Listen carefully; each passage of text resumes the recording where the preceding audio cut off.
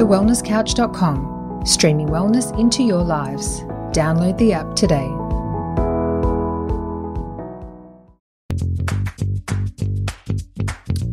This is Up for a Chat with your hosts, Cindy O'Meara and Kim Morrison.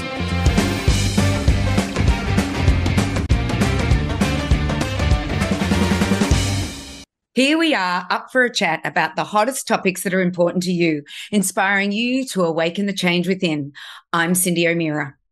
And I'm Kim Morrison, and we are in for an absolute treat this week. What an honour to have the gorgeous Anthony Chaffee with us. Thank you so much for joining us on Up for a Chat. Perhaps before we get right into this and all the incredible work that you're doing, is there any chance that you could take us on a little journey as to where you began this love of health and wellness, rugby, and all the other incredible things that you do? Yes, of course. Well, thank you very much to both of you. It's very nice to meet you both. I'm an American medical doctor, and I've played a lot of sports since I was young, and I've always been very interested in sports. I competed in wrestling and MMA and then later rugby. And so, of course, I wanted my body to work as well as it possibly could because I always wanted to compete at a high level. And that's obviously very important to get your nutrition on point.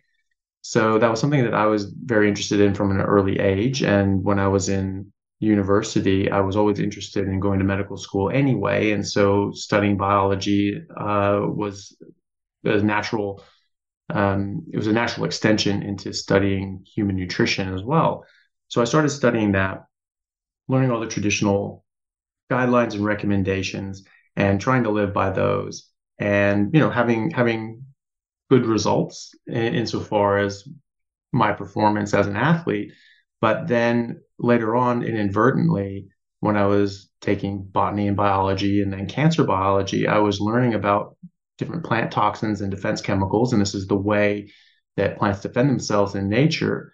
Even plant-based advocates such as Dr. Gundry, who wrote the book Plant-Based Paradox, who says, okay, well, you should eat plants. However, you should understand they don't want you to eat them and they will defend themselves and they have these toxins.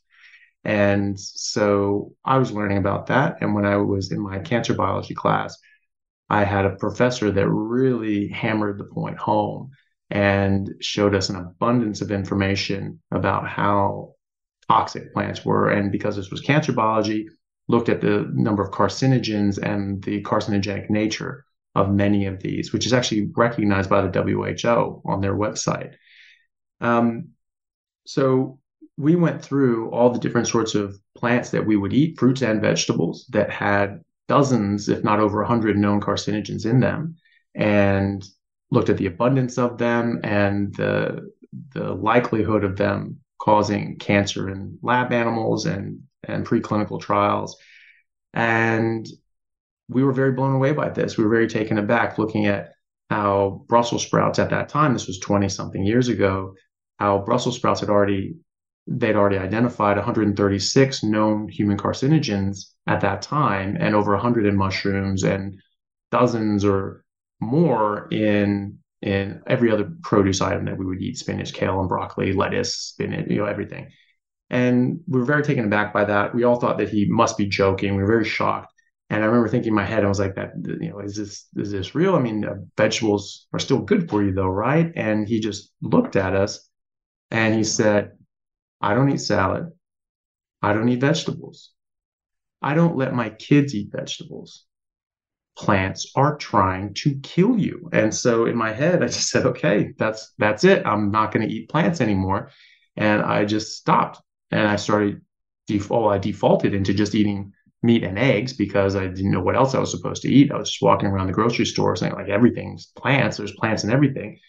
And so I defaulted into eggs and meat, not realizing at the time that this was an ancestrally appropriate diet. This is what we would have evolved on. This is and what you evolved on is what you are biologically optimized for. That's how biology works. That's how adaptation works. If you and your species have been eating, and your previous species before that have been eating a particular thing for 2 to 3 million years, which we have done so with meat, then you will become very adapted to that, and that will become very optimal nutrition source for you. That is just a law of biology. And so recognizing that is a very good clue. It's really the most important clue into what we should be eating as humans, and really the basis for human nutrition. And doing this and throwing away all the different recommendations that I had learned studying nutrition and just growing up in the age of Dr. Pritikin and the Pritikin diet of just never eat fat ever. I immediately had massive health benefits. My athletic performance went to a whole new level. My fitness level went through the roof. I felt amazing. I didn't have mental fog. I slept amazingly well.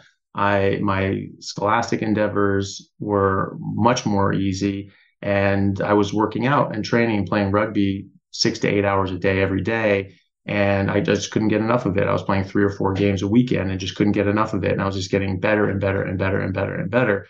And then 5 years later, I'm playing at a professional level in England for rugby, and I'm feeling great, but then a few months into it, I'm not feeling as great. And I'm thinking to myself, why don't I feel as just superhuman amazing as I normally do? Am I not pushing myself? Am I not working out as hard? Am I 25 now? So am I just over the hill? Am I dying now? And I didn't know exactly what it was. But looking back, that's when I started slipping off the diet. I started letting things creep back in because I wasn't thinking of this as like, this is an ancestrally appropriate, biologically appropriate, optimal diet. I was just avoiding plants. And there were some of the meat, some chicken and things like that were crumbed. They had just little crumbs on it. And it was just convenient for me to get these. And so I convinced myself that, well, dose makes the poison. So a little bit, that probably can't hurt me. And really just once or twice a week, I was having this sort of crumbed chicken. And that was enough to really dull the edge on my athletic performance and how I felt, which was pretty surprising. But the biggest thing that did is it opened the door to letting other things slip in. And instead of saying, no, I'm never eating plants at all whatsoever, I started, letting some things slip in. And I eventually slipped back into a more whole food omnivorous diet, including meat and fruits and vegetables and carbs and things like that. And I still felt healthy, but I would put on weight. I would lose muscle mass if I wasn't working out extensively. Whereas before, I didn't even have to work out. I would maintain my musculature and a lean body mass. And so I figured that was just aging, and I'm getting closer to 30 now. I'm in my 30s, and if I worked really hard, then I could get into very good shape again. And then when I was 38, I came across information that just showed that no, humans actually are carnivores by nature. That's just the kind of animal that we are, and just like all animals in nature, we have an evolved species-specific diet that is biologically appropriate for us. And I looked back to that period in my life where I've never felt better in my entire life. And I realized that's why I felt so good, was because I was actually eating a biologically appropriate diet. And I immediately got rid of the vegetables. I was really just eating just whole vegetables, no carbs, no bread, no grains, and lean meat. And that was it. And I wasn't feeling great. I figured it was just a product of age and a sedentary lifestyle, or fairly sedentary.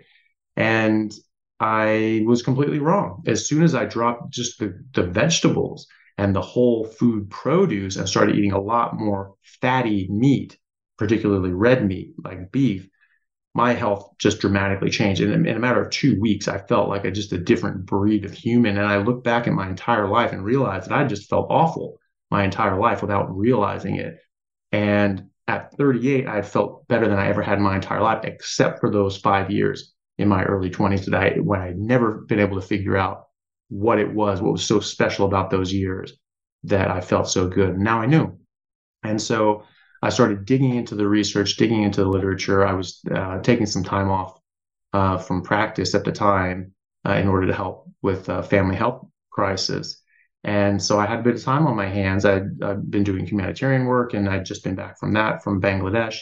And I just started digging into the research. I was spending 8 or 9 hours a day, sometimes more, just reading journal articles and studies and just trying to figure out what we knew and what we could prove.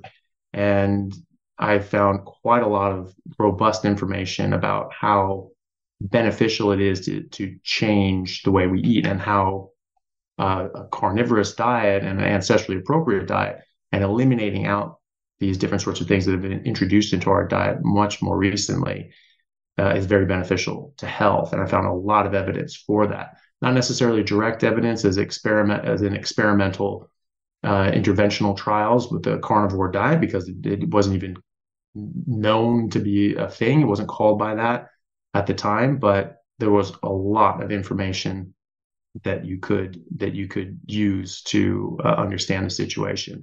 And not wanting to be a victim of confirmation bias or being in an echo chamber, I decided to go to a lot of the vegan proponents that were saying, no, this is the healthiest way to eat. I mean, previously it was, well, this is an ethical issue. It's not really nice to eat animals. And it's not nice. It's not nice to kill things.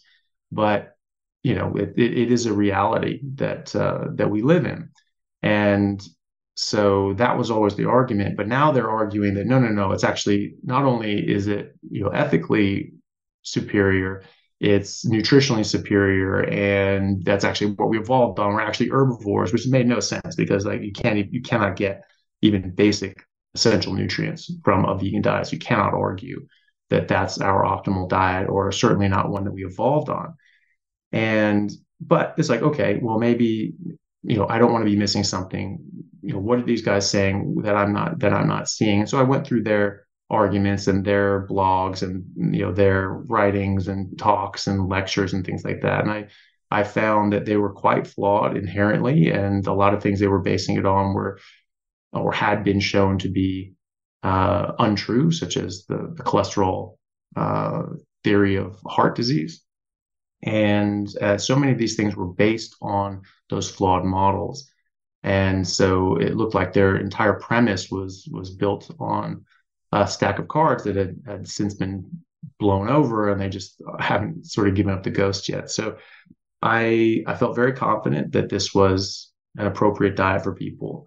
And I started incorporating that into my practice and suggesting this to my patients and to my friends and to my family.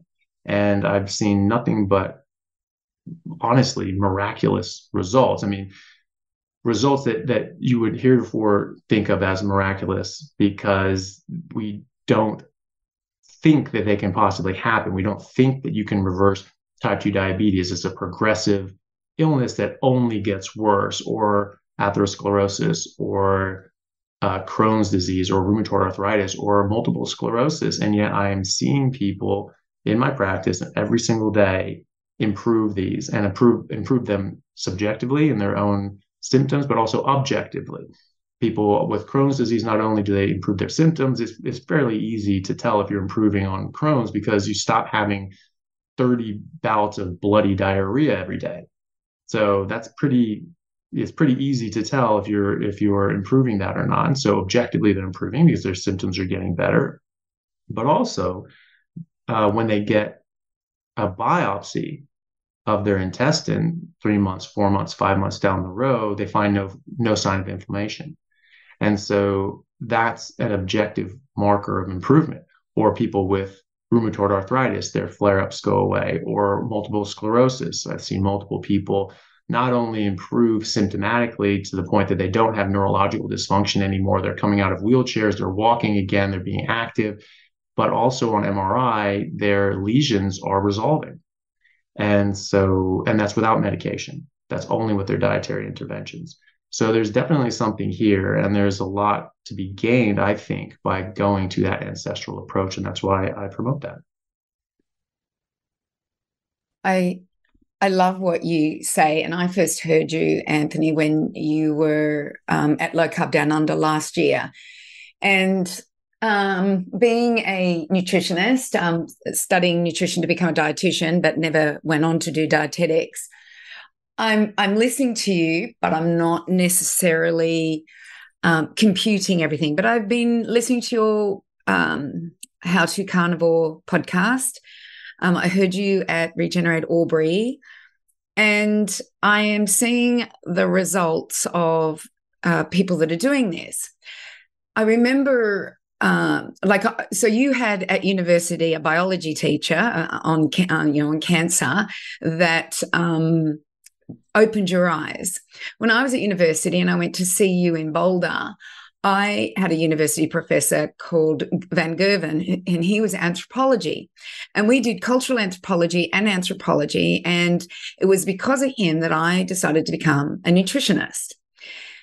But what I saw was cultures that had varying diets as opposed to humans having one appropriate diet. And this is what I want to ask you.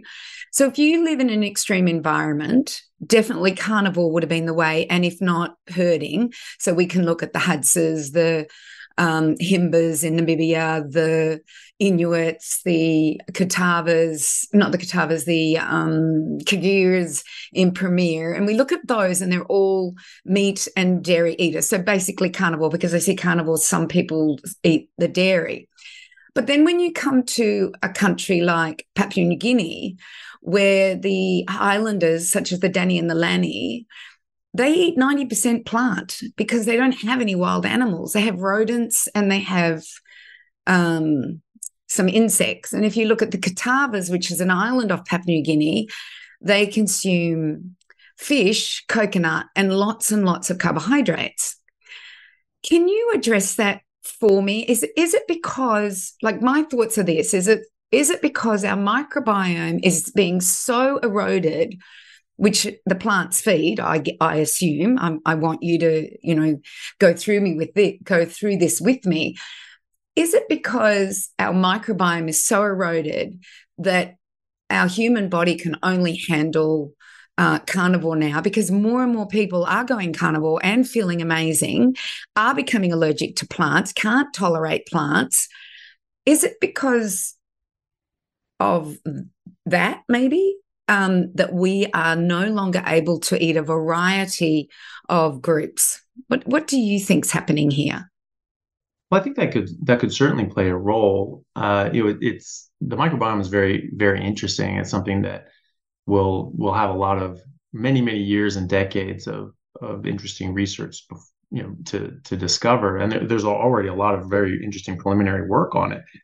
So that certainly could be a factor. One of the things that I think is important to think about is that what primitive cultures are eating now is not necessarily indicative of what primitive cultures were eating prior to the agricultural revolution, and certainly prior to the extinction episode that happened sort of towards the end of the last ice age. So before that, we had an abundance of megafauna, and quite a lot of cultures were just eating that megafauna.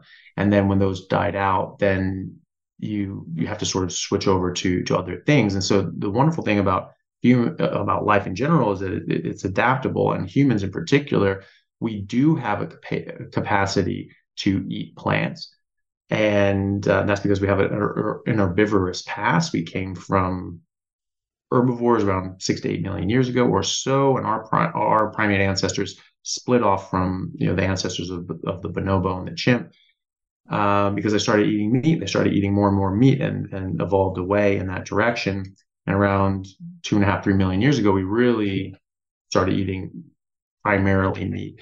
And with Homo habilis and the advent of the beginnings of the Ice Age, 2 to 2.5 million years ago, turned into apex predators. And the definition of an apex predator is that they are carnivores. They eat animals. They eat all the animals below. I mean, 70% of animals are carnivores, but they're somewhere in that chain. So there are carnivores that eat carnivores that eat carnivores that eat carnivores that eat plants and algae.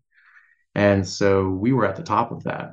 So because we've had an herbivorous past, we haven't been carnivores as long as, say, wolves or felines.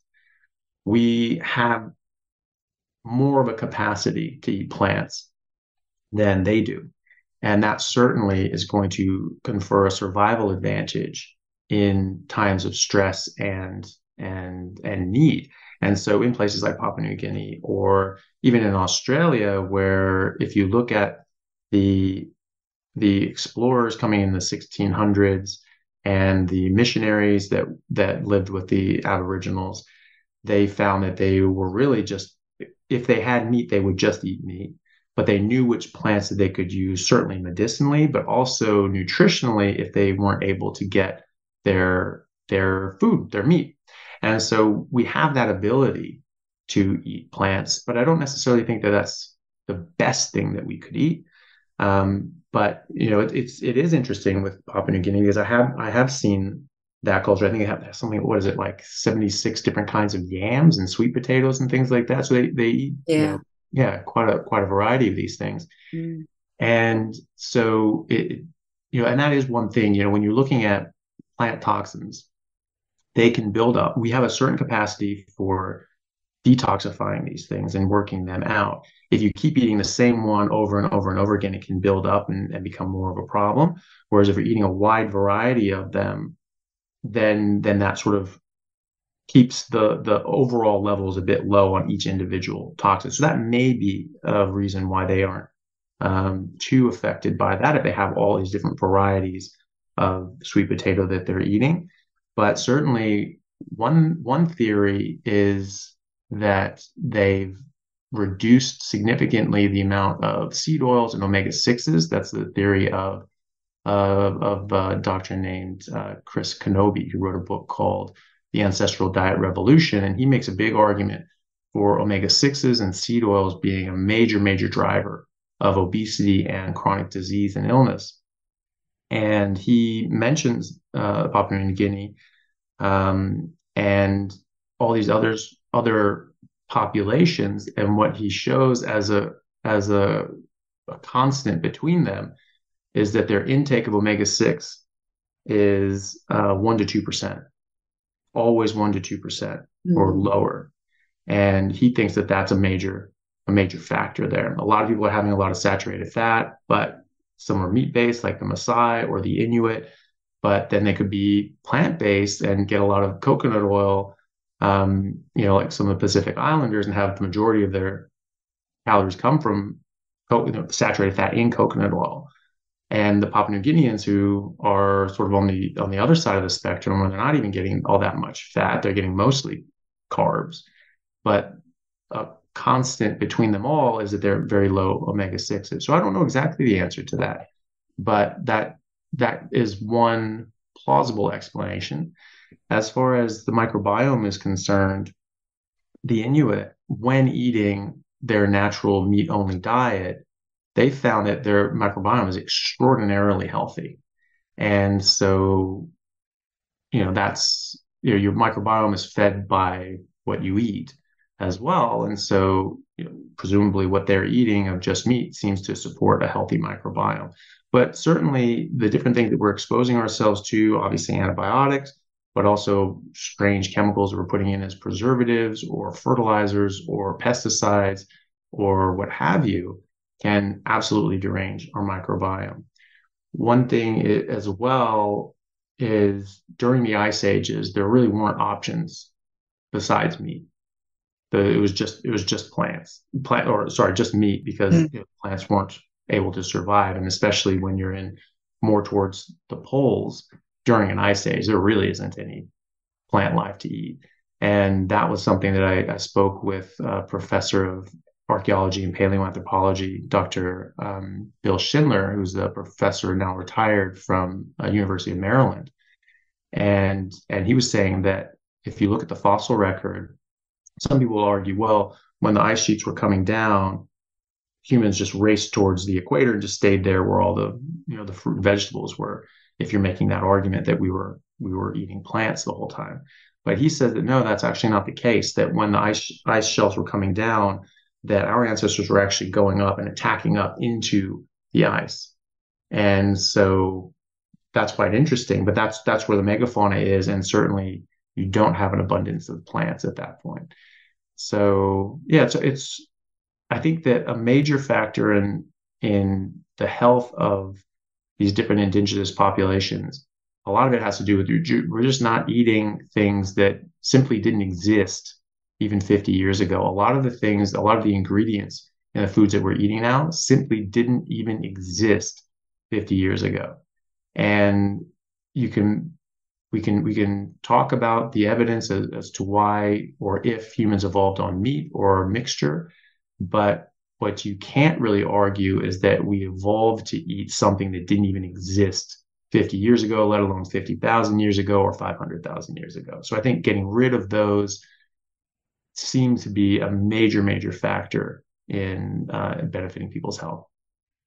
Yeah, no, I agree with you. I remember back in the 80s when I was practicing as a nutritionist in Melbourne, I would just have people come in, and I was a real food nutritionist. I wasn't doing dietetics with margarine and low fat and breakfast cereals and things like that. It was all about getting rid of the amount of wheat people are eating, the amount of low fat that they were eating and drinking, and all of that. And when I had people come in, all I would do was change them from a ultra processed food diet, as it was in the 80s, to a real food diet, and they would get better. But as the decades have gone past, they're not getting better on a real food diet. They're having all of these issues happening.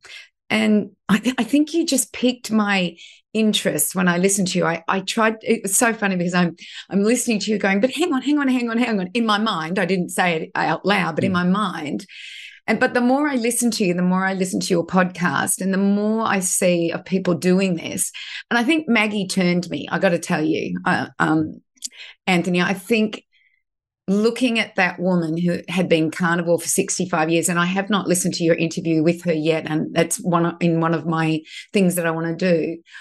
What I do want to ask you is, why did she choose to do that 65 years ago? Did she have Crohn's disease? And by the way, for the listeners, Maggie is a rancher in Canada who's 82 years of age and looks, I would say, 40s or 50s in the picture. That's what she looks like to me, Anthony. I don't know if she acts like that, but that's what she looks like.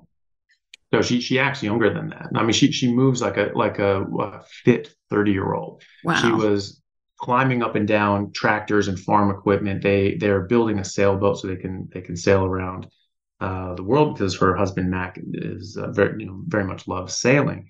And so we went out one day on the lake, and she's climbing up the mast and grabbing things, pulling things down. It was like, I mean, she was moving probably quicker than I could up the mast.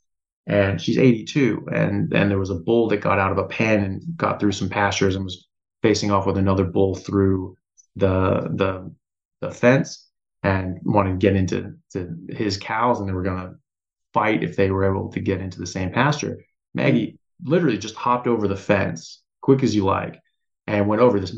This is the largest bull I've ever seen in my entire life. His name was Growler. He's huge, and he'd kick up some turf, and it was throwing off these plumes of dirt about 30 feet behind him. It was just this massive, powerful animal. She just literally hopped over this 5-foot fence without any problem and went over and was like, grabbing him, come on, let's go, and just dealing with this massive bull. He just could have pounded her into dust. And she has just no problem at all handling this massive animal at 82. And so much more. I mean, she's up every morning out with the cows at 5 a.m. She's working all day until after dark, and just tons and tons and tons of energy. And all she eats is meat and eggs and butter and things like that. So she started. She really started more than 65 years ago. I say 65 years on the podcast title because that's as long as it's definitely been just meat, because how it started was not for any health reasons or because she was trying to reverse anything or because anyone told her that it was more healthy. She just hated vegetables. So she was that classic, she was just like me as a kid, and she hated vegetables. She fought to not eat them. She only wanted to eat the meat, and her parents were just nicer than mine, and so they didn't force her like mine did. And so her parents just said, look, she's healthy, she's thin, she wants to just eat meat. We'll just let her do it. And so really she's been eating carnivore pretty much her entire life, except when forced to as a child, which wasn't all that often. And then when she moved out of the house, she went to veterinary school originally in the 1950s at University of British Columbia in Canada. And she decided that, and at that point, she was just like, well, I'm not eating vegetables ever again. If it's up to me, I'm only eating meat. And then she decided that she didn't want to be a vet and take care of other people's animals. She wanted her own animals. And so she went off and dropped out of school and went and started working on a ranch hundreds of miles away from the nearest town. And back then, if you're that far away from everything, the only thing you eat is what you bring with you or you grow or you raise. And seeing as that she had no interest in eating vegetables anyway, she was, she said she'd be damned if she was going to work to grow vegetables to eat them. She hated them. She never wanted to eat them. So it was purely instinctual. She just didn't like them. They didn't taste good and probably didn't make her feel good. And so she decided that she would just eat meat. And she had 6 kids just eating meat and raise them like that. But she didn't impress upon them this is the only thing that's healthy to eat. She was just like, you guys can do what you want. I'm not eating anything else. There's only going to be meat in my house. You want to have something else, you bring it yourself. And she's just done that her whole life. And then she found my podcast, another podcast, and it just sort of made sense. Like, I guess there was something to that. Just her natural instincts were more right than she knew. But she is extraordinarily healthy. She's sharp as a tack. And she, again, has so much energy. She doesn't have arthritis. She doesn't take medications. She doesn't ever see the doctor. She has a commercial driver's license, so she can drive a big rig to pull bales of hay and things like that for her cows. She was baling hay last year. She said, when you start baling hay, you just keep going until it's done. You don't stop and come back the next day. You just keep going. And she said in her 80s, at one point, the longest she went was 36 hours straight that she was just baling hay in her 80s. And some people have said, oh, well, how do you know? There's no way that she's 82. I've seen her passport. I've seen her driver's license. I've seen her birth certificate. She is 100% 82. She was born in 1941.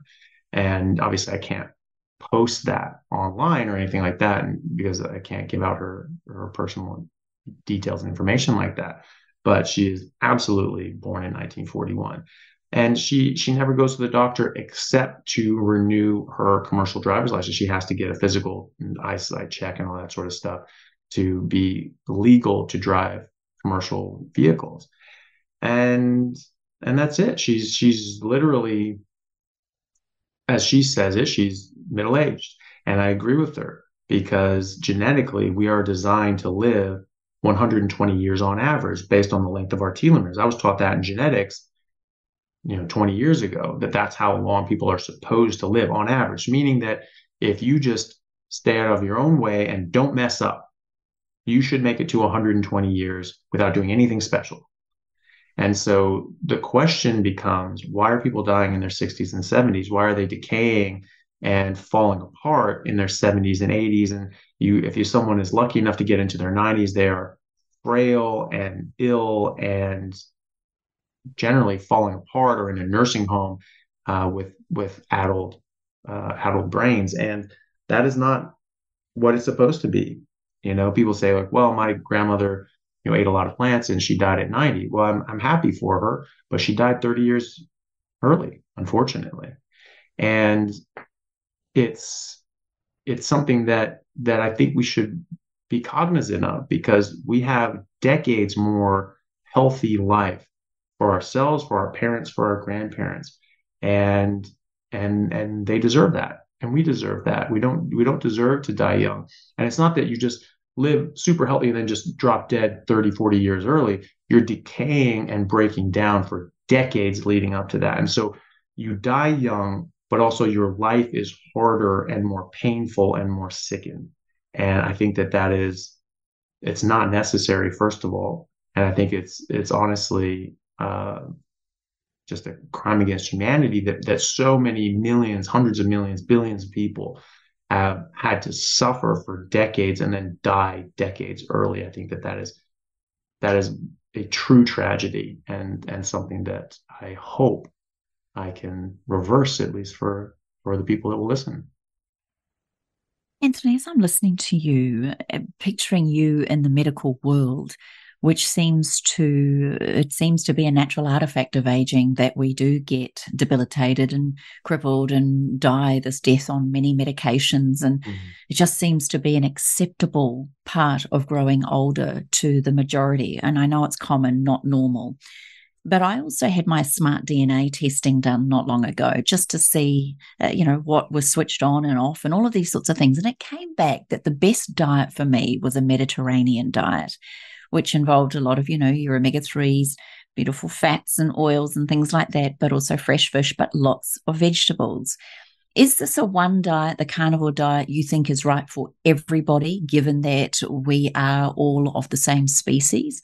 Or do you think there's exceptions to the rule, apart from an anthropological and an ancient point of view? Is it something that we can all do, or do you think it is more specific? Because ultimately, if we turn around and told people you have to give up vegetables, or this is the best way to do, if for the sake of their health and well-being, we also know that there's a lot of people that wouldn't be willing to give that up, even if they were on death's door. Yeah, true. Well, everything obviously is what people are willing to do and what they're happy to do. For me, my main focus for myself is I don't want to put things in my body that are harmful to me, and plants objectively have things that are harmful for us. Meat does not. Meat is what we're designed to eat. Meat is the only thing that you can gain all of the essential nutrients in the balance that you need them in one go. So just fatty steak, that's it. You can live your entire life on that. For most people, some people maybe need a bit of organs or some liver or something like that, because even the meat that we're eating now, they're being fed things that they didn't evolve on necessarily. So if you're not getting grass-fed and finished beef, it's not going to be as nutrient dense as grass-fed and finished beef, but it's still very, very good. As far as, well, I do speculate as to the accuracy and veracity of these genetic testing that says, well, you should be eating these other diets, because realistically, regardless of your genetic variations, we are one species and we're Homo sapiens sapiens. And I've never been able to find, or when I ask this of other people, other biologists and professors, if they can think of any example of any species where two members of the same species have a different optimal diet. Generally, dolphins eat what dolphins eat, lions eat what lions eat, all over the world.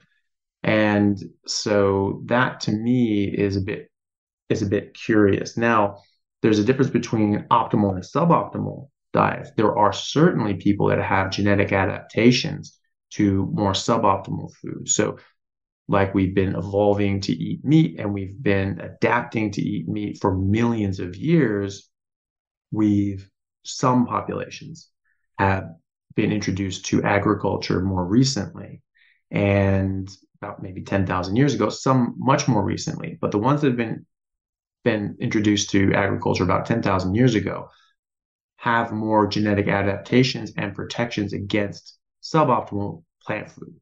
And so they are able to survive and able to temper the deleterious effects of a suboptimal diet.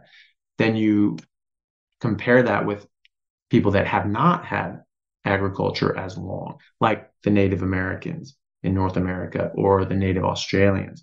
They are, when eating a Western diet, because normally they're just eating meat, they are 4 times as likely to get obesity, heart disease, diabetes, cancer, and all the other chronic diseases that used to be called the diseases of the West. And so when European explorers would go to these different populations, they found that, wow, these people just don't get the same diseases we do. So they were the diseases of the West. Well, when they started eating the food of the West, they started getting the diseases of the West, because they did not have the adaptations that Europeans did to deal with these things. Now, Europeans still get these same problems with this same food. They just get it to a lesser extent than Native Americans and Native Australians. And obviously there are other populations that have had agriculture as long or longer than European populations have. But that's how I think about that. Also, the Mediterranean diet is a funny one, because there's no one Mediterranean diet, and certainly omega-3s are very important. I think that's important for everybody, regardless of your genetics. And the Mediterranean diet was first popularized by Ansel Keys, who we know now was in the pay of the sugar companies, called the Sugar Research Foundation. They were paying him off and other professors around America and elsewhere to drum up the idea that cholesterol caused heart disease, because there was research coming out and people arguing that sugar was strongly associated, the rise in sugar consumption was strongly associated with the rise of heart disease, which didn't really exist before the 20th century. The first documented death from myocardial infarction in America, proven on autopsy, was in, I think, 1907, 1910, something like that in America. And they didn't believe, no one believed that this was an actual cause of death. They thought they had messed it up because no one had ever heard of this as a cause of death before. They'd seen other maladies of the heart, but never a myocardial infarction, which obviously wasn't even called that back then. About 10 years later, they started believing, but they didn't believe him for about 10 years because there just weren't any. But now more were showing up and more were showing up. And they're like, okay, yeah, there's something going on here. What the hell is happening? Why are people dying of this new illness? 10 years after that, it's the number one killer in America. Well, you can't say that that's meat, because we're already eating meat before that. And if you look at the consumption data in America, we actually peaked the amount of meat that we were eating in the 1800s, and it was slowly sort of coming down towards the end of the 1800s and then early 1900s. Exactly when heart disease really took off was when we were eating in America the least amount of meat that we had been eating in 200 years. And then it started coming up again, the amount of meat that we were eating, but it's not even associated with that. And it's very much a new disease. And what some people have said before and pointed out is that we've been eating meat and fat forever. That's been the norm. So how can an ancient diet cause a new disease, which heart disease was? And so Ansel Keys was compromised. We know this. We know that he was being paid off by the sugar companies. So it's hard to take anything that he says without at least a grain of salt. When he was exploring the Mediterranean and discovered the so-called Mediterranean diet, he just happened to go during Lent, which, whether that was on purpose or on accident, I don't know. But he went during Lent when everyone eschewed meat. And that was like for religious reason, but that's not necessarily indicative of what they do year round. And in fact, speaking of Dr. Bill Schindler, him being interested in this sort of thing, he went over to Sardinia, which was went to the epicenter of the first blue zone ever discovered in Sardinia, or in the world. And this was in Sardinia. And this is something that in like the blue zone papers, I won't call it a study because it wasn't, but they said that they are mostly plant-based and only eat meat, once a week or so. And he went there and he said, and I'll be releasing this video soon. He said that not only are they not plant-based, they are nearly carnivorous. They're not fully carnivorous. They do eat some plants like tomatoes and olives and things like that, but mostly what they eat is meat. And so meat and dairy, a lot of cheese. And so, everyone had pigs, everyone had sheep, everyone had goats, everyone had animals. And everywhere they went, meat was on the menu. Every time they were just eating meat, meat, meat, meat, meat. And then after a few days there, they came to him, his host, and he said, "Oh, tomorrow we're going to be eating meat." And he just looked confused. He said, "But we've been eating meat every day." And they're like, no. What we mean by that is when we put a whole sheep on a spit and roast the whole animal, and the whole community comes together and we all eat it together. So that's what they mean by eating meat once a week. And so that's been misrepresented as that they don't eat any animal products for the rest of the week, but it's a communication error. So it's hard to know what the actual Mediterranean diet is.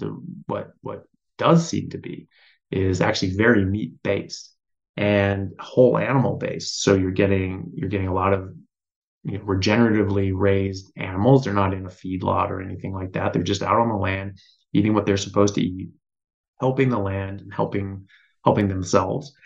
And that's very, very healthy, as it turns out. also, you can have a genetic predisposition to certain things, but without the environmental trigger, you're not going to get the disease. So a classic example of this would be the Inuit again. And, during the 20th century, they had very, very low levels of heart disease and cancer and other chronic diseases. But in the later decades, the later and later that you got, those rates started going up and up and up as a population. And that's because more of the population were being, uh, started taking on a Western diet and Western habits, and maybe living in cities as well. But even then, in the 1990s, there was a study in Canada that looked at the Canadian Inuit, and they found, well, they already knew that the Canadian Inuit had very low rates of heart disease, even though they had supposedly very high risk factors, such as eating a lot of fatty meat, a lot of saturated fat, blubber. They're just eating seal and whale blubber, and so they thought that was a major risk factor. But also, definitely a real risk factor is they're heavy smokers.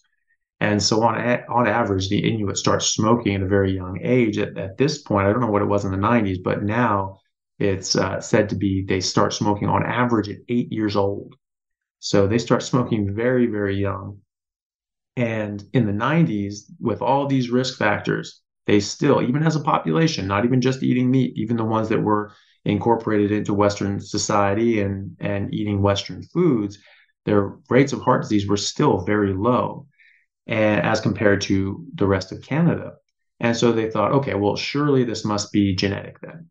They must have, and we'll do genetic panels. We'll find that they must have protections against heart disease and all these sorts of things. So they looked at the classic markers for genetic predisposition for heart disease. And they found that the Inuit had basically all the bad ones. So they had none of the protective genes, and they had all of the ones that were like a major risk factor for developing heart disease. And yet they had a much lower rates, even with their high risk factors, such as smoking and what they thought to be a risk factor of saturated fat. So they basically concluded, well, we don't know what to make of this. It could be there's something else going on here that we don't know about, or the genetic markers just really aren't that good of an indicator on whether or not you're predisposed. But what I think is really what's going on there is that they were eating what they're supposed to eat, even though they were smoking, which is not great.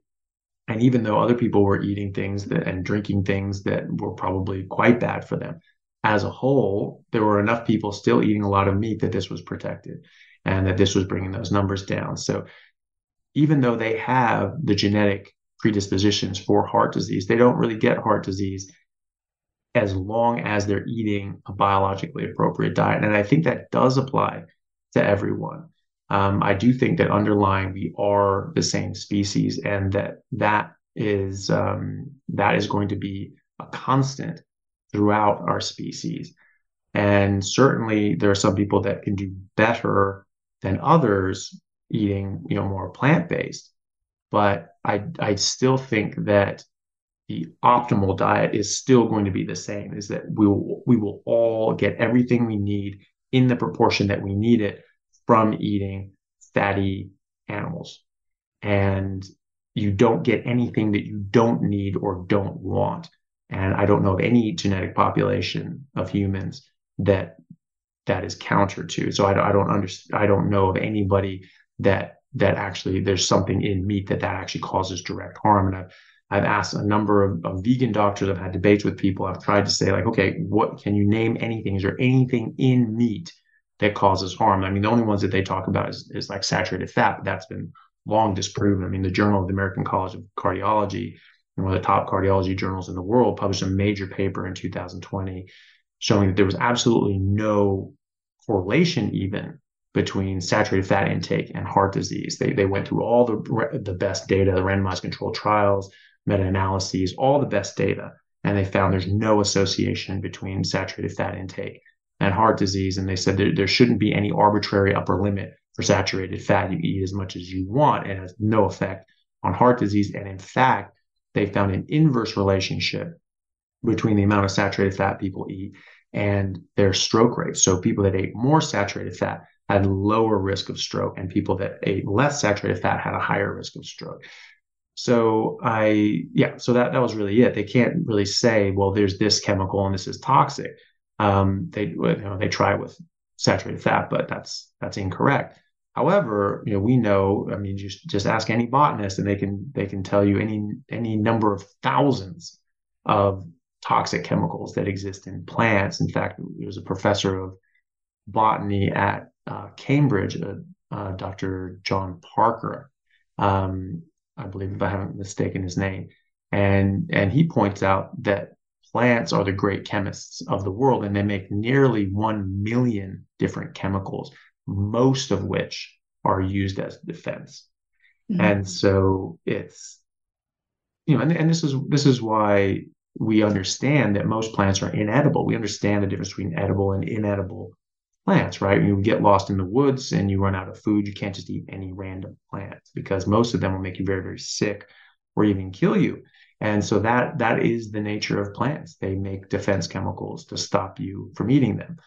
And so there are things in plants that are harmful to us. Some people are more harmed than others, but I don't think that there's really anyone, even the ones who've been exposed to agriculture the longest, that are completely immune to all of the toxins in the plants that we eat. And also, we're eating more and more new plants. We're eating a wider and wider variety of plants, and just thinking that, well, if it's a plant, it must be good for you. And that is definitely the opposite of true. So I think that you can do very well, and by eliminating out processed foods and seed oils and sugars and alcohol, and trying to reduce and limit the amount of plants, or at least get a variety of them, so you're not building up with one toxin or another, and eating a lot of meat and fatty meat. I think you can do a lot better than the average person, but I think you do best by just eating fatty meat with a lot of omega-3s. Well, what an incredible answer, Anthony. And I wrote down a million things while you were, talking about it, just trying to, first of all, understand exactly what you were saying, but also agreeing with what you were saying. So in Australia, the Australian Aboriginal people ate a food called nardoo, which is a seed from a grass, and it's found on the Cooper River, which is in the centre of Australia. And they knew if that wasn't prepared properly, that it would kill them. They actually knew that. And I don't know, you're not an Australian, so you may not know our Australian history, but there were two explorers called Burke and Wills who explored from basically the bottom of South Australia to the top of the Northern Territory. And they saw the Australian Aboriginal people taking the nardoo and, gathering it. And they thought, well, this must be the plant that we can eat. Like they could fish, they had kangaroo towards the end of their expedition, they'd run out of food. And they felt that they needed plant because of the scurvy thing that was happening around the world. And they basically ate nardoo raw, and that's what they found killed Burke and Wills, was it created a bee deficiency. And so they died as a result of a lack of bees. Whereas the Australian Aboriginal people, obviously through culture and tradition, figured out that the soaking, the crushing, the cooking was all important to render that plant away without the chemical that was going to, render them without enough bee in order for them to survive. So, I think we've lost our cultures and traditions.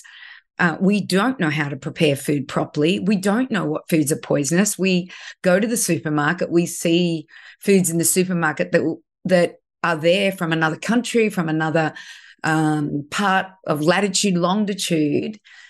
And I think in the end, our bodies become confused by all of it. And the other thing that I wanted to talk to you about was the genetics. I've always been told, the gene is the loaded gun, but the environment is the trigger. And I've seen in the last 43 years that I've been in healthcare, the darlings of testing, the darlings of food, the darlings of supplements, the darlings even of drugs. And I just find we seem to, and I don't know, and I'm going to ask you a question around this, but I feel like there's always something that we're chasing in the way of testing in supplements and foods and things like that. Why do you think that this agenda at the moment, which is all plant-based, lab-grown meats, plant-based milks, plant-based spreads such as margarine, which has been around for a long time, but why do you think this agenda is happening? Why are people so afraid of, cattle ranching? Or like, I have a farm and I have cattle and I have chickens and I raise them holistically as I raise my family holistically. I do much the same thing. Why do you think there's this agenda that they think that animals are bad for the planet and we should be eating plants? We're going to kill the human race the rate it's going. Yeah, well, it is very interesting, and it does seem to be a concerted international effort. Yes. Which is a bit strange, because if you look at the emissions of cows and they say, oh my gosh, they're so horrible, they're a terrible thing. They're exact same emissions as if you just left the land wild and let wild animals be there. So it's actually net zero. And so you might as well just go through and look at what the emissions of the bison and moose are in Yellowstone. I'm like, oh my God, look at those emissions. Let's kill them all, right? Obviously, that would be a bit insane. Animals are not only very good for the environment, they are the environment. They are part of the environment. And so without them, the environment suffers, the plants suffer. They don't eat down the dead grasses or the older grasses that need to make way for the new grasses come up. If grasses get to a certain length, they stop sort of growing. They just sort of sit there, and they need to be eaten down to a certain point, and then they actually grow 4 times as fast. And so that triggers the grasses, to grow more and more and more. And this regenerates the land. It provides more food for more animals. And when there were over 100 million buffalo, or bison, I should say, in North America, as well as hundreds of millions of other large animals across the Great Plains in America, they said in different explorer reports that the grass was so tall you could tie it in a knot over their horse's head. So it was over 9 feet tall. So it was like, going through like the tall grass in India, on the back of an elephant or something like that. That was the middle of America. And that was because there were so many animals. That was because that's how these great grasslands evolved, is the large ruminant grazing animals actually help the land grow and become more fertile. And that promotes more growth of the plants, which promotes more, more available nutrition for the animals. So it's a positive feedback loop. The more animals there are, the more plants there are, and they can support more animals, which generate more plants, which support more animals, and it just goes on like that. And so you start taking out the animals out of that equation, the plants die off too. And that was actually proven by Dr. Alan Savory down in Zimbabwe, when they decided that the elephants, because that was the idea, animals destroy the land, and they said, ugh, the elephants look like we have too many elephants, and that's turning, Zimbabwe into a desert because they're destroying and ripping up all these trees. And so we need to kill these elephants. So the Zimbabwe government killed 30,000 elephants, I think, in the 1970s. And what do you know? The desertification sped up. It actually got worse because now the elephants weren't there to give back to the land and to help cultivate the land. And so I think that's a very bad idea. There's a lot of different motivations. Some can be speculated that this is control-based, fear-based, that when you're, there's always been doomsday, catastrophe sort of prophets. And always the remedy for the sky falling is giving them power and control. Give me power and control and I will save the world. And that's what's going on now. We have to give up our freedoms and give up our, everything to the government so that they can save us all, because the world is going to combust. And I don't think that follows, certainly not from an animal livestock model. It's net neutral. Just having animals on the land is exactly the same emissions and water usage as livestock, because most of the water being used is actually just rain on the ground that feeds the grass that they eat. So it's very strange that they're pushing this. Obviously, there is a lot of money involved as well. The major food companies are all plant-based. They make billions, really trillions, on selling their processed foods. They're also heavily invested and cross-invested with pharmaceutical industry, and the pharmaceutical industry is cross-invested with them.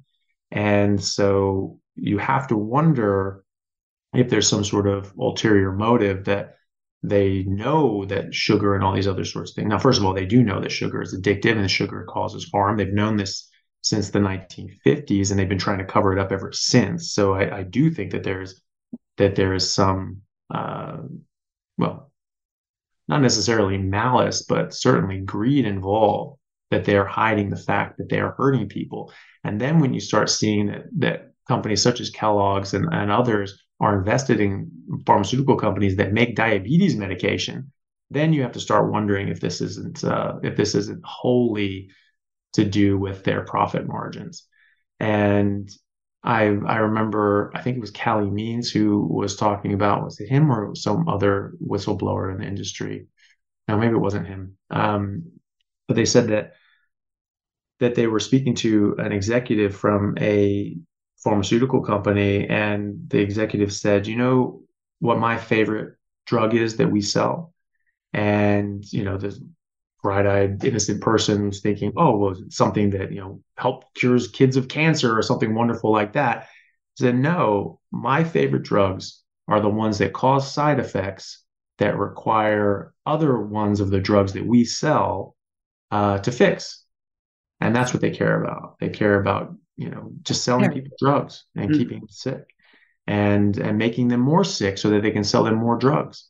And I think that is truly evil, and deplorable.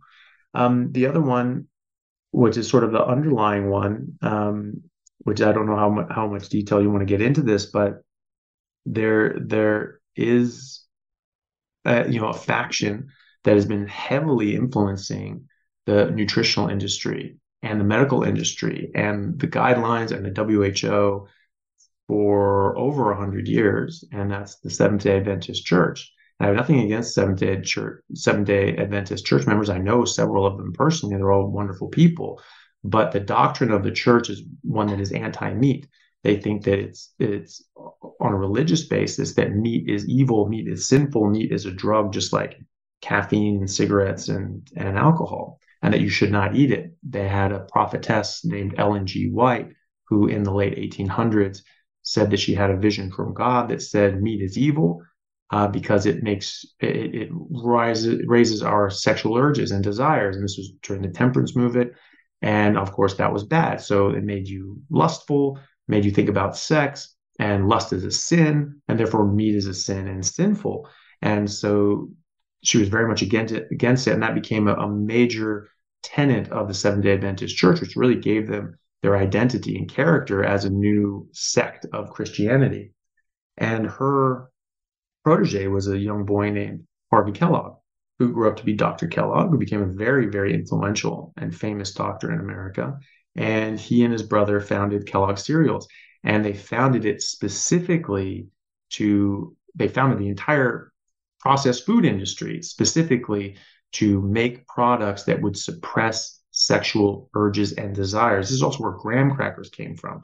Sylvester Graham said this in the mid-1800s, that you need to eat a bland plant-based diet in order to suppress sexual urges, and this was paramount to the vitality of your soul to do this. And he was sort of a mentor to Ellen G. White, and then she took it and ran with it.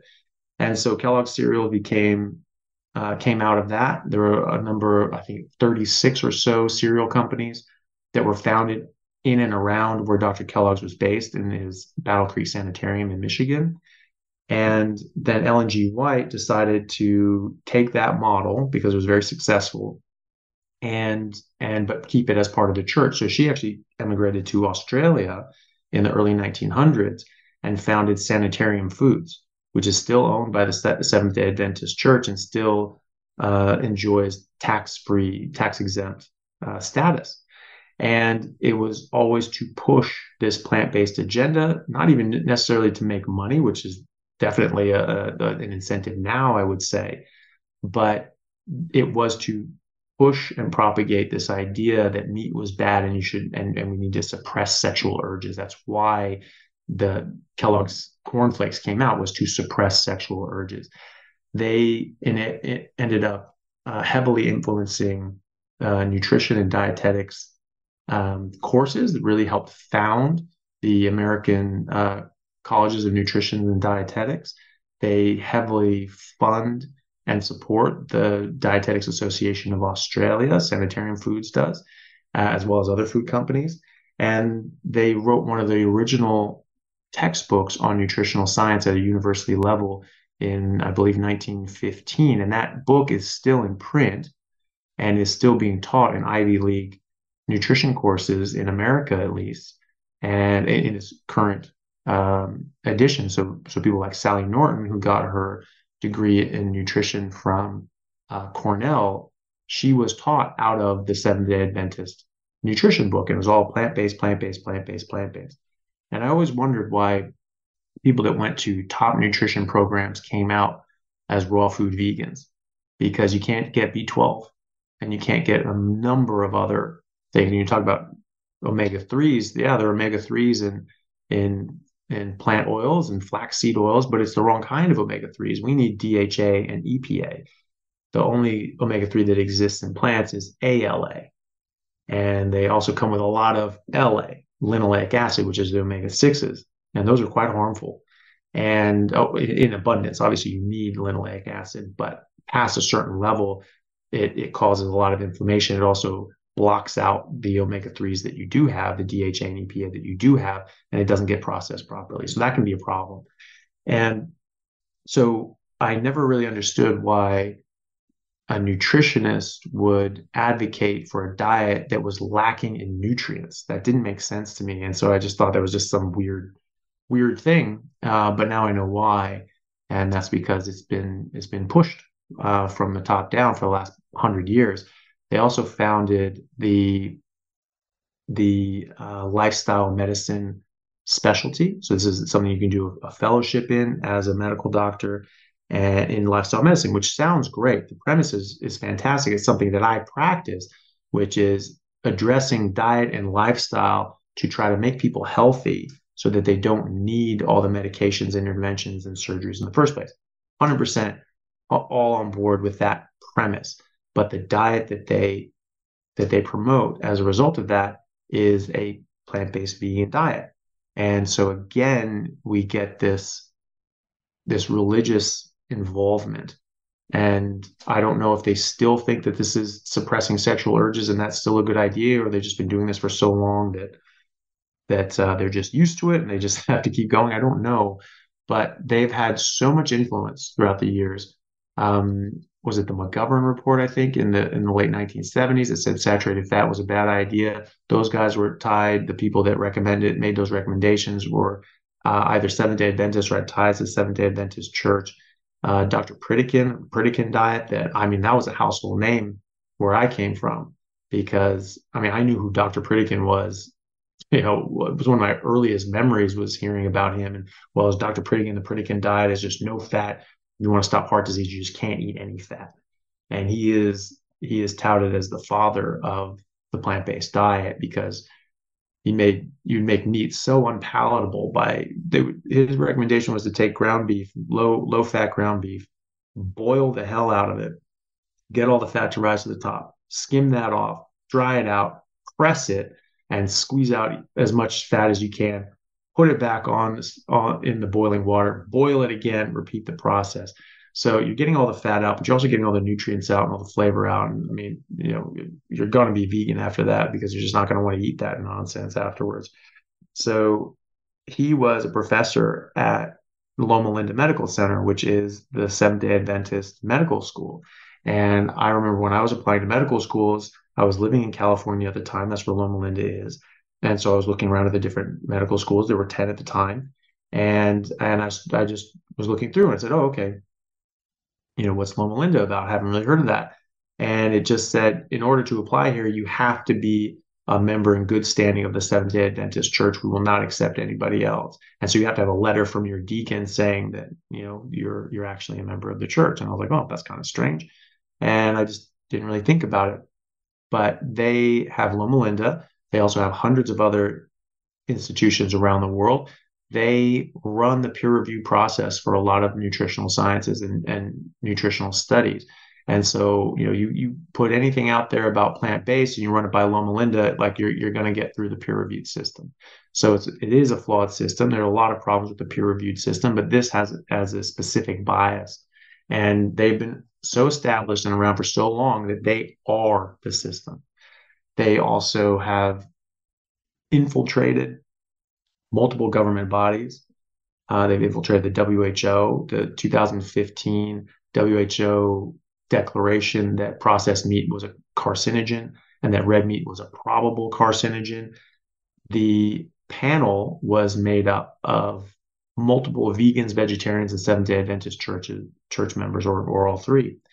And they cherry-picked data, and they included studies that were very weak, associative studies, that gave a small indication that processed meat or meat had some small association with cancer, and excluded out other high-level studies that were much better and much better designed and had better information that showed no association. And there was a member who wasn't a Seventh-day Adventist member who was on that panel, and he just got completely overridden.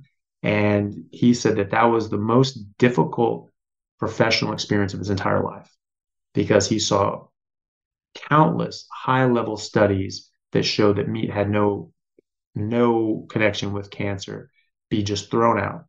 And then other very weak, poorly designed studies be included because they fit the narrative. And he said that he challenged the other board members to display their bias. Say, hey, look, you guys are vegans, vegetarians, and Seventh-day Adventists. You need to declare your bias. You need to say that that's what you are, and that's how you eat, and that's how you think. And they refused. And so this is pretty typical. You have these people that are in charge, they're in place, they have been well placed and well established for literally 100 years or more at this point. And now so there's the religious ideological drive for that, and there's also the financial drive now, because they are the largest companies in the world. Coca-Cola and Nestle and Pepsi, Kellogg's. They're some of the largest corporations that have ever existed, and they're almost exclusively plant-based. They make a massive, massive profit off of this, and they try to put out studies. Coca-Cola, this is something that Callie Means did say, is that Coca-Cola alone puts out 11 times the amount of money and spending on nutritional studies than the NIH every year. And that's just Coca-Cola. So that's not Sanitarium or the Seventh-day Adventist or Kellogg's or Nestle or Pepsi or Post or all these other ones. Just Coca-Cola is spending 11 times the amount of money on nutritional research as the NIH. So the vast majority of studies that go out there are industry funded and are going to push that narrative. So it's a rort. It's an absolute rort, isn't it? Yeah. Yeah. So it's yeah. I mean, and so we were being conned. And what I think you need to get back to, and something that I pointed out to a vegan doctor, vegan naturopath, is that, but look at this study and look at this study and look at this study. It's like, look, there are studies that can go both ways, but it really doesn't matter, because it doesn't matter how brilliant your theory is, and it doesn't matter how smart you are. If it doesn't agree with experiment, it's wrong. That's something famously said by Richard Feynman, the physicist. And it is so true. So you have all these studies that conflict or whatever. Well, we'll look at the evidence hierarchy. That's all bullshit. What does it predict? A theory is only as good as what it's able to predict. And if you're saying that meat is bad for me, which they are saying, and yet I go on a meat-only diet and my health improves by every subjective and objective marker. And that is the same for all of my patients, all of my family, and now millions of people around the world, entire civilizations with the Native Americans in North America and the Inuit and the Maasai and all these different populations, and then the Net, everyone during the ice ages, all of these things. If that were true, then we would see the opposite of what's happening. But we're not. We're seeing people get better, people reversing massive illnesses. And this burden of chronic disease is brand new, right? And so we're doing something new. We've always been eating meat. So that's not the cause. So it's whatever we've been doing the last century, what we've changed in our diet, that's what's causing it. And the only thing that's changed is this processed food revolution that started with the Seventh-day Adventist Church. It's so sad and so horrible for us as general everyday people who just want the best for our kids and want the best for our families. There was a show over here, and I'm sure it's over there as well, called Alone, where 10 people get dropped into the wilderness and they've got nothing but 10 items that they choose to survive. And whether you're vegan, vegetarian, or paleo, or whatever the framework you want to call yourself, the one thing I noticed in that show was that the prized thing to get was a patty melon or a wallaby, something of red meat. That was the ultimate. And then how long you could make that meat last by drying it or smoking it, and an eel was close second.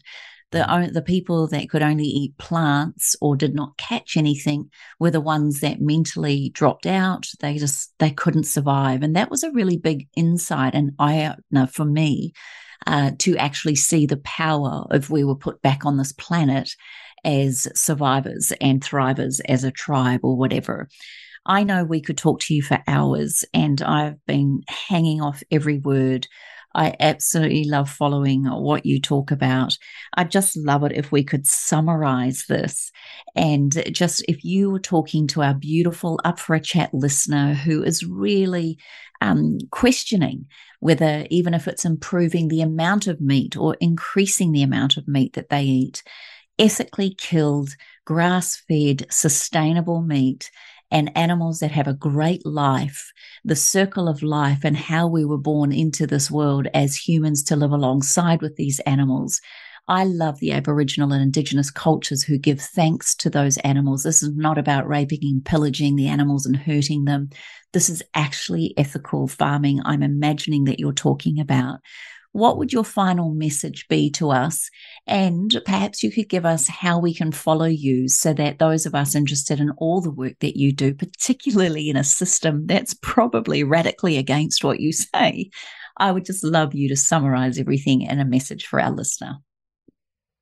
Yeah, absolutely. I mean, I think that just to boil everything down is that you will be healthier the closer you get to a biologically appropriate diet. The closer you get to what you are designed to eat, the closer your body will get to how it's designed to work.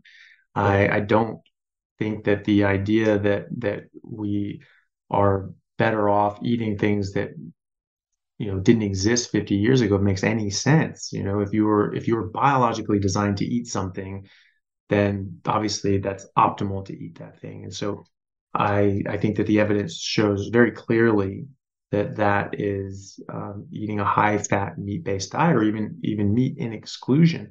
And people can look at people such as Dr. Bill Schindler, who I mentioned, also Dr. Mickey Ben-Dor, who did a large study talking about what humans have been eating, what the evidence is for us eating this way for the last 2 million years. We've been apex predators, hyper carnivores for that period of time at least.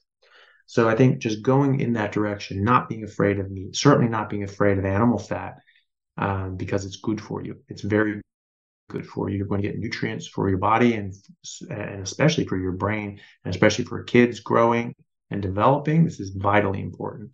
And for people getting older in life, this is so important to maintain your body and your brain and to keep you healthy for longer. And then just sort of eliminating out some of the worst offenders if you can. If you can go all the way just meat and water, I think you will do the best. But, just eating more meat, eating more fat, and eating less of the other things, you're going to do so much better than 99% of people out there. And so I think that's definitely something to shoot for.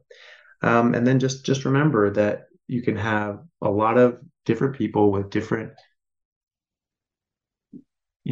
drives and motivations putting out the literature. And so you can have studies that say anything, but if it doesn't line up with biological fact and the hard laws of reality and what we are noticing and seeing, they're wrong. And so just remember that. And so, when people say like, well, you're going to kill yourself, you're going to die, you're going to do this, you're going to do that. Well, you can just point out that isn't actually what's happening in reality. And and certainly there are studies that show that cholesterol and saturated fat are not a risk. And in fact, they're a benefit to heart disease and stroke and other sorts of things. But the reality is that people are getting better doing this, and that people who traditionally ate this way did not get these diseases. And so just to remember that, and remember that there are a lot of vested interests out there that profit greatly by us eating the wrong thing and getting very sick. And so just remember that. And and if people would like to see more, my YouTube channel is just my name, Anthony Chaffee, MD. And I have an Instagram by the same name. And I have a podcast. It's called The Plant Free MD, as you might have guessed. That's my main MO. But that's where people can find me. Oh, Dr. Chaffee, I am just blown away by your knowledge. I'm so glad you're in the camp of understanding what is happening out there with, I believe, with nutrition. I think our listeners will be questioning many things, as you made me question the first time I ever heard you speak. And I think that's a good thing, is that we question, because as Brené Brown says, and I've said this on this podcast before, questioning creates vulnerability, and it also causes, you have to have courage to do it. But when you start to question and start to look at new ways of thinking, and, carnivore, I know, has been around for a while, but I think it's really getting a momentum going, and people are finding results. Like I saw recently Jordan Peterson's daughter talk about her life before and after carnivore, and it is quite incredible, to listen to that. So on behalf of Kim Morrison and I want to thank you so much for spending so much time with us. We are indeed very humbled that you said yes to us, number one. And number two, you were so gracious with your information and your time. So thank you for being on Up for a Chat. You're very welcome. Thank you very much for having me. It was a pleasure. And for our listeners' sake, if you do follow him on Instagram, just note these words. Hello, Christmas is all I can say.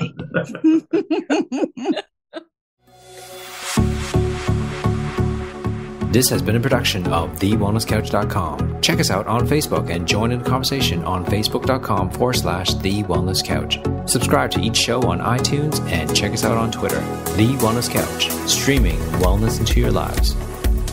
Whilst the Wellness Couch presenter endeavor to provide accurate and helpful information to their listeners, these podcasts cannot take into account individual circumstances and are not intended to be a substitute for health and medical advice from a qualified health professional. You should always seek the advice of a qualified health professional before acting on any of the information provided by any of the Wellness Couch podcasts.